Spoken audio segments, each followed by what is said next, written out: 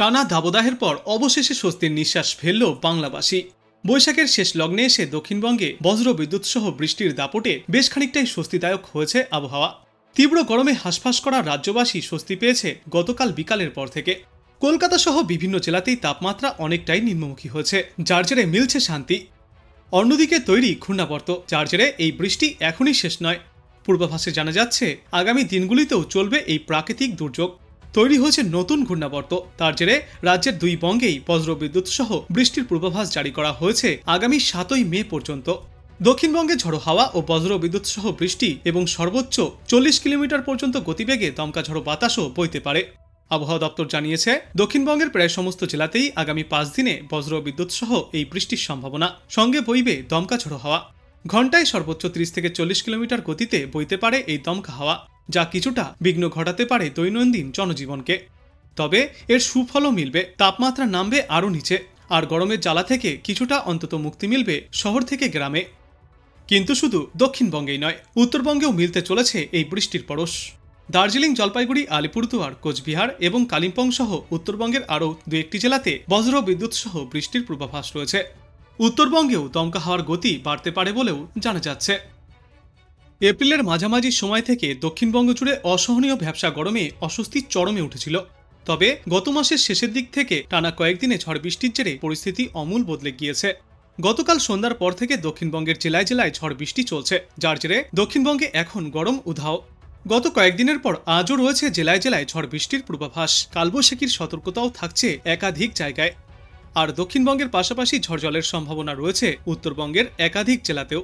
অর্থাৎ গোটা বাংলা জুড়েই এই দুর্যোগের পালা জারি থাকবে। এই ঝড় বৃষ্টির জেরে তাপমাত্রা খানিকটা নিম্নমুখী রয়েছে।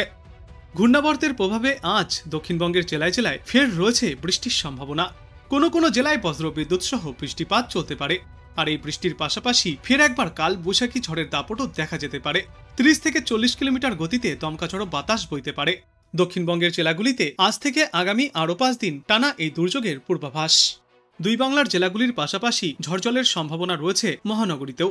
আগামী দিন 5 শহর কলকাতাতেও বিক্ষিপ্তভাবে ঝড় বৃষ্টির সম্ভাবনার কথা জানিয়েছে আবহাওয়া দপ্তর।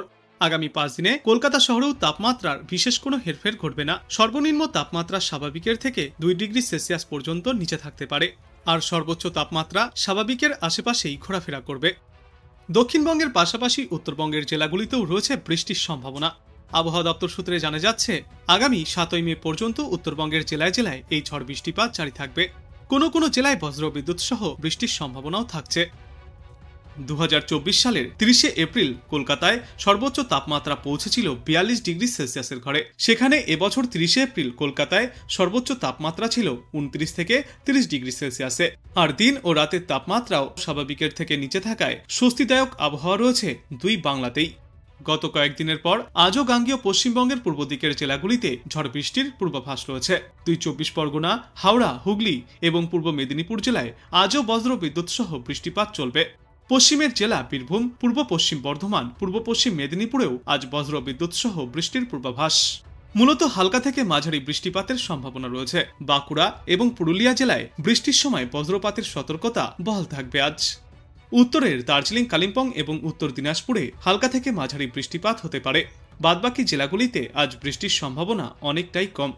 এরপর আগামীকাল গাঙ্গেয় পশ্চিমবঙ্গের দক্ষিণ দিকের উপকূল লাগোয়া জেলায় ফের বৃষ্টির সম্ভাবনা রয়েছে। পশ্চিমের জেলাগুলির মধ্যে পশ্চিম বর্ধমান, বীরভূম, মুর্শিদাবাদে হালকা থেকে মাঝারি বৃষ্টিপাত চলবে। দক্ষিণবঙ্গের প্রায় সমস্ত জেলাতেই বিক্ষিপ্তভাবে ছিটেফোঁটা বৃষ্টির সম্ভাবনা থাকবে আগামীকালও। আর উত্তরবঙ্গের ক্ষেত্রে কিছু কিছু জেলায় হালকা থেকে মাঝারি ধরনের বৃষ্টিপাতের সম্ভাবনাও থাকছে। শনিবার পুরুলিয়া, বাঁকুড়া, ঝাড়গ্রাম, পশ্চিম মেদিনীপুর, পূর্ব বর্ধমান এবং হুগলি সহ হাওড়াতে বৃষ্টিপাতের সম্ভাবনা সবথেকে বেশি। রবিবার পুরুলিয়া, বাঁকুড়া এবং পশ্চিম মেদিনীপুরে কিছু কিছু জায়গায় হালকা বৃষ্টির সম্ভাবনা রয়েছে। আর উত্তরের দার্জিলিং, কালিম্পং সহ জলপাইগুড়িতে বিক্ষিপ্তভাবে সামান্য বৃষ্টির সম্ভাবনা। এদিকে কলকাতায় বাতাসে প্রচুর জলীয়বাষ্প থাকায় দুপুরে বা বিকালের দিকে বা সন্ধ্যে নাগাদ বজ্র বিদ্যুৎ সহ হালকা থেকে মাঝারি বৃষ্টির পূর্বাভাস। কালবৈশাখীর সম্ভাবনাও উড়িয়ে দেওয়া যাচ্ছে না। দিনের তাপমাত্রা সামান্য বাড়লেও আপাতত রাতের তাপমাত্রা বেশ আরামদায়ক থাকবে। কলকাতা সহ পার্শ্ববর্তী এলাকাগুলিতে আজ দিনে সর্বোচ্চ তাপমাত্রা থাকবে 33 ডিগ্রি সেলসিয়াসের আশেপাশে এবং আজ সর্বনিম্ন তাপমাত্রা থাকবে 23.4 ডিগ্রি সেলসিয়াসে।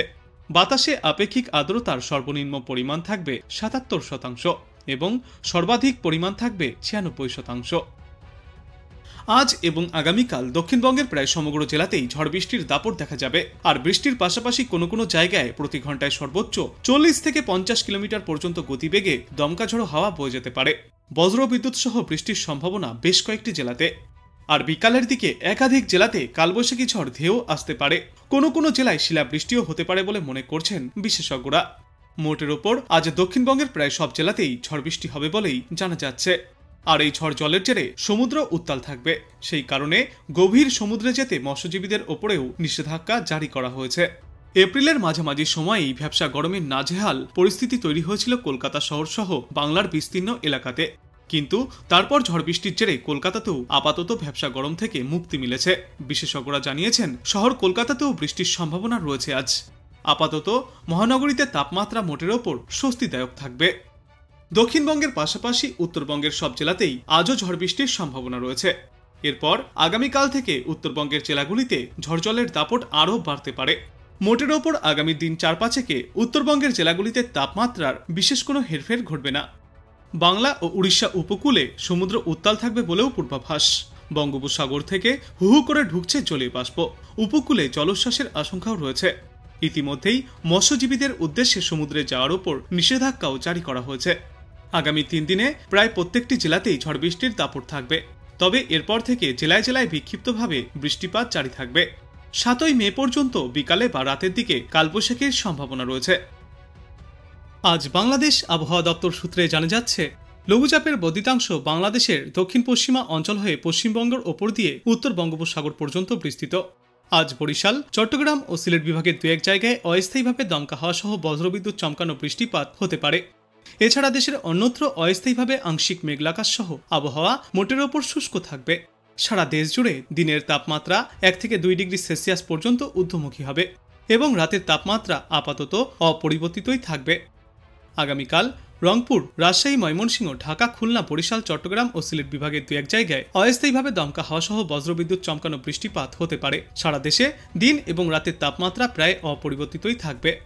আগামী পরশুদিন রংপুর, রাজশাহী, ময়মনসিংহ, ঢাকা, খুলনা ও সিলেট বিভাগের কিছু কিছু জায়গায় এবং বরিশাল ও চট্টগ্রাম বিভাগের ২-১ জায়গায় অস্থায়ীভাবে দমকা হাওয়া সহ বজ্রবিদ্যুৎ চমকানো বৃষ্টিপাত জারি থাকবে।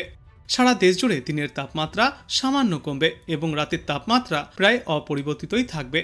আগামী ৫ এবং ৬ মের পূর্বাভাসে বলা হয়েছে, রংপুর, রাজশাহী, ময়মনসিংহ ও সিলেট বিভাগের ২-১ জায়গায় অস্থায়ীভাবে দমকা হাওয়া সহ বজ্রবিদ্যুৎ চমকানো বৃষ্টিপাত জারি থাকবে।